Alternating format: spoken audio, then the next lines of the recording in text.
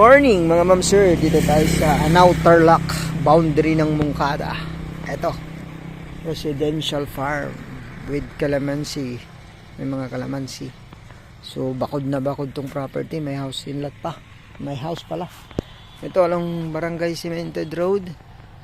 From National Road siguro papuntang Moncada, 1 kilometro lang more or less. Ayan. Mas malapit po ang bayan ng Moncada dito kaysa sa Anao. So siguro bayan ng Moncada nasa wala pang 10 minutes nandito ka na sa property. From Manila 2 to 3 hours, Tiplex siguro mga 15 to 20 minutes. Pwede tayong mag-exit sa Paniki, pwede din sa Anao. Ayan. Ito yung start ng property, polygated siya, mga ma'am sir. Siguro 10, 20, 30, nasa 40 plus ang kanyang frontage mga ma'am sir. As you see mga ma'am sir, kuryente, internet, nandito sa lugar. Nawasa, tanong natin kung may nawasa. Ayan po, hanggang dun. Nakabakod na rin po doon. So, tara po.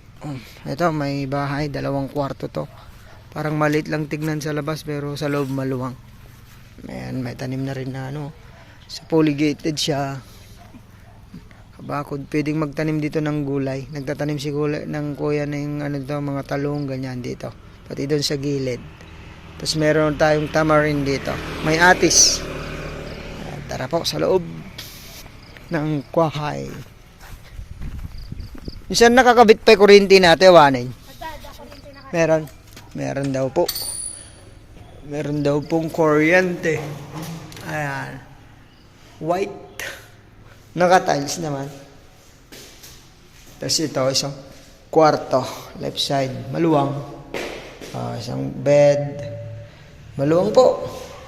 Parang late lang sa loob, ay sa labas, pero kulang lang ng pintura, naka-white. Na pa lang. Ito yung pangalawa.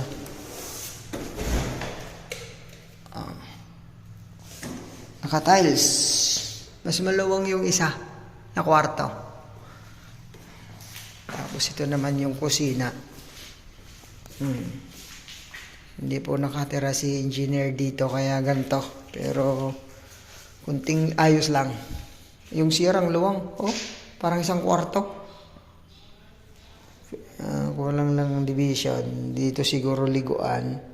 Tapos dito naman ang sirang ang luwang-luwang. Sarap po sa Calamansi Farm. Sa nila. Tanong ko nga. So, very accessible tong property.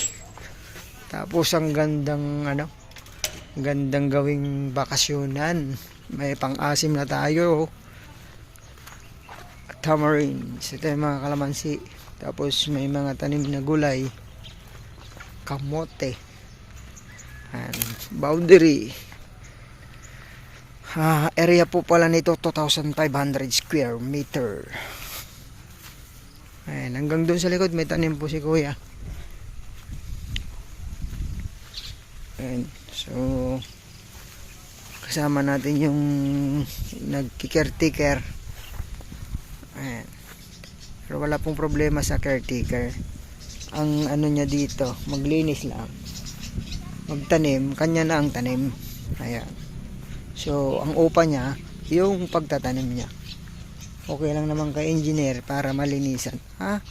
Mayroong 2 puno ng tawag dito. Pakak Ilocano. Nahihina na naman tong memory ko. Ito, may mga tanim po na kamote. Ang kinukuha po dyan yung bunga. Hindi po tinatanggal yung yung ganito niya. Ugot. Ayan, boundary, kabakod. Ayan, may dating kulungan ng baboy, pwede kang mag-backyard dito sa likod kasi puro farm na to, maisan. Ayan. Ganda daming bunga ng kalamansi. Kalamansi, manguha ata ako Yan naman si engineer may-ari. May din guyabano. Daming bunga ng kalamansi. Ay, yung boundary. Ma'am sir. Yung boundary natin. Nakabakod. Bakod. May tanim na gulay. Ayan, maganon.